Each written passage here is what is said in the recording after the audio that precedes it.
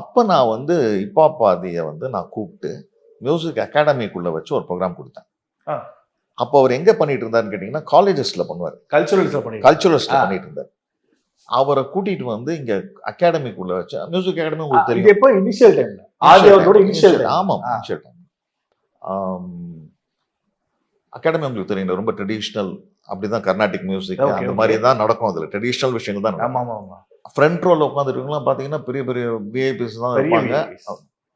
ஆனால் இவர் ஆதி சாருக்கு ப்ரோக்ராம் ஆரம்பிச்சு 1/2 மணி நேரத்தில் ஃப்ரண்ட் ரோல இருக்கிறவங்களாம் சேர் மேலே ஏறி உட்காந்து நின்று டான்ஸ் ஆட ஆரம்பிச்சிட்டாங்க.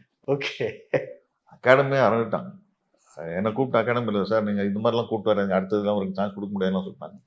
ஏன்னா அவ்வளோ யங்ஸ்டர்ஸ், அவ்வளோ பெரிய இது.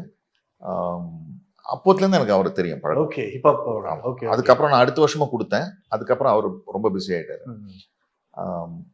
பிஸி ஆனால் கூட நாங்கள் ஒரு வருஷத்துக்கு ஒரு தடவை பேசிப்போம். ஃபோனில் எதாவது பேசிப்போம். நான் ஏதாவது சில நல்ல நிகழ்ச்சிகள் பண்ணேன்னா அது இளைஞர்களுக்கான நிகழ்ச்சினா அது ஆதி வந்து தொடக்கி வைக்கணும்னு நான் நினைப்பேன். சொல்லுவேன் அவர்கிட்ட, நீங்கள் வந்தீங்கன்னா இந்த மாதிரி இருக்கும் அப்படின்னு. வந்து பண்ணி கொடுத்துட்டு போவார், தொடங்கி வச்சுட்டு பேசிட்டு போவார்.